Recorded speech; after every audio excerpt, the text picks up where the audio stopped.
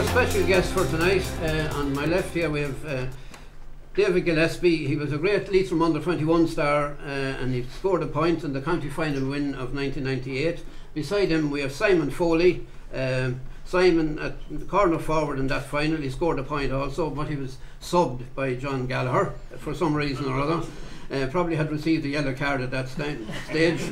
Beside him we have his brother Garrett Foley. He was left half forward in the final in 1998, failed to score. And beside me here we have Joe Tiffany, who was an inspirational captain and he was actually man of the match in that final. We have beside me here Sean Boyle, and Sean was a goalkeeper, of course, a marvellous goalkeeper, and in the 99 final another man was chosen as man of the match, but John Connolly from the Leitrim Observer said it should have been Sean Boylan. Beside him we have the only man in the building here who has a Connacht Senior Championship medal. He was a great influence on Leitrim winning that Connacht Championship back in 1994. He was a top scorer with Manor Hamilton, Glencar-Manor and Hamilton on numerous occasions. He was described as having awesome displays in the papers, in the Leitrim Observer and so on. And we all remember him scoring the last free in the Connacht final back in 1994. That's Aidan Rooney. We have beside him we have a star of the Glencar-Manor and Hamilton team. He was unlucky to lose out in the county senior final because he had just finished up playing a few years before that. I believe he lives in the last townland in Glencar-Manor and Hamilton. I don't know whether it's a townland or a disease. It's Strathlorcan, I think it's called.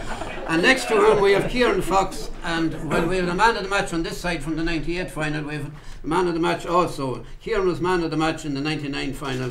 Round one of the championship, Gartletzer was 4-5 and Glencar-Manor and Hamilton was 1-9.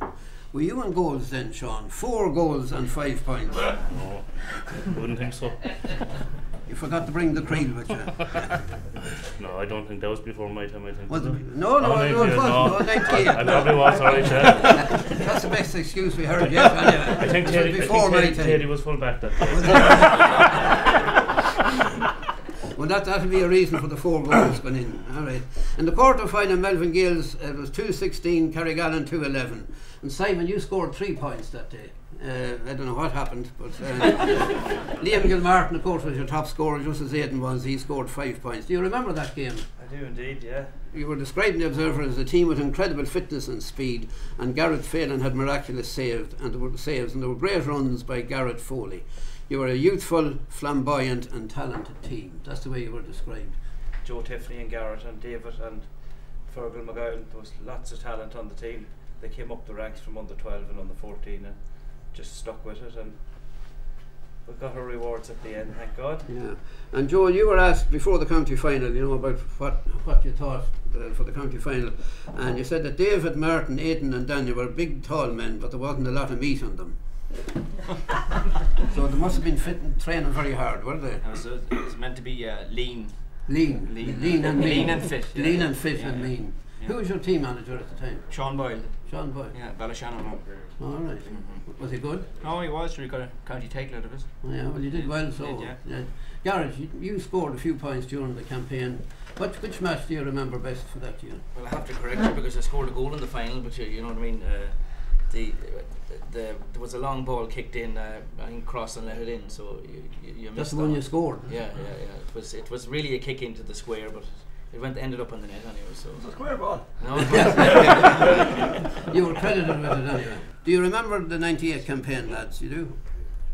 No, we've forgotten it, Tommy. Well, no, you went out in the first round. We were saving ourselves for 99. You were saving yourselves for 99, yeah. Kieran, what memories have you of those days?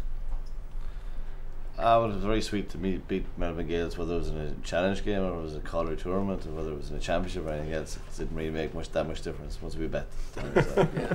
I suppose what Kieran says is it's a big difference in training really now than what we were doing, you know. I suppose that back in 98, you know, it was the first time we ever trained properly, I'd say, you know. We were training with Sean Boyd at a different level, you know, to training, you know. Well, you had lots of time to train because you hadn't won a championship for 33 years. So you were training for 33 years. So I suppose you know you had it fairly right. So we'll talk for a little about this year's game now because this is a big one. What do we think? We'll get a prediction. I wonder will it end in a draw. We have four predictions from this side. David. I predict Melvin Gaels, of course. I think they all sat down at the beginning of the year, and this is the year. A lot more lads I think have stood up this year, and have been more accounted for, and especially the lads that are there a good few years are now trying to or push the young fellas on and bring everybody together, and they've a great effort going in this year, and they've a great backroom team as well. So you expect to win? All out for this year. Simon. I think it'll be very close, but I think I'd give Melvin Gaels the nod on they're young and they just have the appetite. I think that it has to take to win a final this year. An appetite that Manorhamilton might be lacking? I think so. I think Manorhamilton, they're a brilliant team. Any team that win 4 championships in a row, you have to hand it to them. It's a very good team. But I just think that they haven't got the hunger this year. He doesn't think that Glencar-Manor or Hamilton are hungry enough. Well, we're starving up in Ballinamore. We haven't won anything. I don't think there's ever been a problem as regards getting up for a Melvin Gaels game in our club, or not since I can remember anyway. And I don't think it'll be any different come county final day. So. Who are you predicting to win? I think, as Simon said, I think it's going to be awful tight. But you get like a politician now. Who do you think is going to win? I think Manor will just pip it. You just pip it. All right. Well, come back to you, Gareth. What do you think? Well, it's as I said after the semi-finals. Manorhamilton was very lucky to be in the final in my book, and we coasted through without a test at all.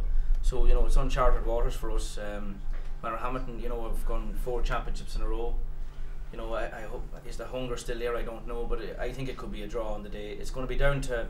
It's going to be a very defensive game. If it's anything like the first round of the first league game, there was nothing in it. Our lads was a bit strong, and Manorhamilton came back at the end and could have won the game. So for me, there's going to be nothing in it. I wouldn't be surprised if it's going to be a draw, but maybe it's come down to a stronger finish, and if we win it, I'll be happy. But as I said after the semi-final, if Manorhamilton want to win it, we won't begrudge them either.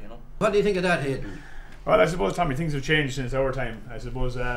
You see the lads sitting around here, there was an awful lot of rivalry. We played each other every year on a regular basis, and there was an awful lot of rivalry built up between both clubs, and it was very tense in the late 90s. I suppose it's changed nowadays. Melvin Gaels and Manorhamilton haven't met as much, and the intensity in the local area isn't as much as it was in those days. So it's the football is kind of different nowadays. As Kieran said, it's more free flowing football than physical. So. I suppose it's down to the forward at the end of the day, Tommy. Could it be hanging on the last minute free from? It could be either way. It could be either way. Yeah, that's the way it could be. Adrian Foles or somebody. Exactly, and hopefully the swing will go the right way for us. Well, again, Joe. I think this Melvin Gaels team is very. I think they're coming of age, and we met Manorhamilton in the first round, and it was a very good game. I think we're just about getting the measure of Manorhamilton now. Right.